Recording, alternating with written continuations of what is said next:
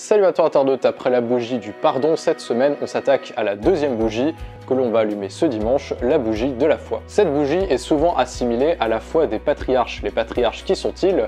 Ce sont les grandes figures du peuple hébreu qui sont notamment présents dans la Bible. Parmi eux, on a Abraham, Moïse, Noé ou encore des grands prophètes comme Élie ou Élisée. Et donc tu l'auras compris, après avoir préparé notre cœur en posant différents pardons, cette deuxième semaine est consacrée à notre foi. Alors comment est-ce que tu peux mettre en action ta foi? Est-ce qu'il faut s'arrêter et prier très très fort, prier pour un miracle qu'il arrive tout de suite? Parce que moi perso, pendant très longtemps, j'étais persuadé que les miracles c'était juste une espèce d'épreuve de force, comme force de tirer sur un poids très très lourd, il finira bien par se soulever. Mais force est de constater que ça marche pas comme ça.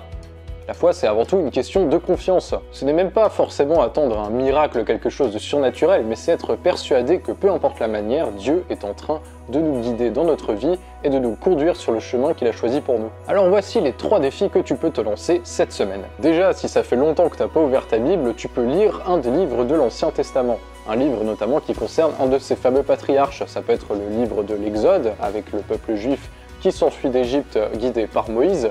Ça peut être la Genèse, pour revenir au tout début de l'histoire de l'humanité selon la Bible, ou encore le livre des rois pour le prophète Élie, bref, un livre où un patriarche a vu sa foi être mise à l'épreuve. Défi numéro 2, tu peux confier à Dieu un de tes projets qui te tient beaucoup à cœur en ce moment. Ça peut être un semestre que tu dois valider en janvier, ça peut être un projet artistique sur lequel tu es en train de bosser, ça peut être une personne que tu es en train d'aider particulièrement. Bref, quelque chose dans lequel tu t'impliques en ce moment beaucoup, et pour laquelle tu peux prier tous les jours durant cette semaine pour pouvoir avoir cette confiance, cette conviction que Dieu va agir durant cette semaine pour ce projet. Tu ne sais pas ce qu'il va faire, mais sois convaincu qu'il agira dans ton cœur. Et enfin, défi numéro 3, tu peux à ton tour donner une parole d'encouragement à quelqu'un, aider quelqu'un dans un de ses projets de vie. Comme le pardon, après tout, quoi de mieux que de partager notre foi pour la faire grandir? Et tu peux aider cet ami qui a un projet que tu trouves vraiment sympa, avec une parole d'encouragement, en donnant un petit coup de main, pour aider cette personne à continuer dans la confiance et également à prier Dieu pour son projet.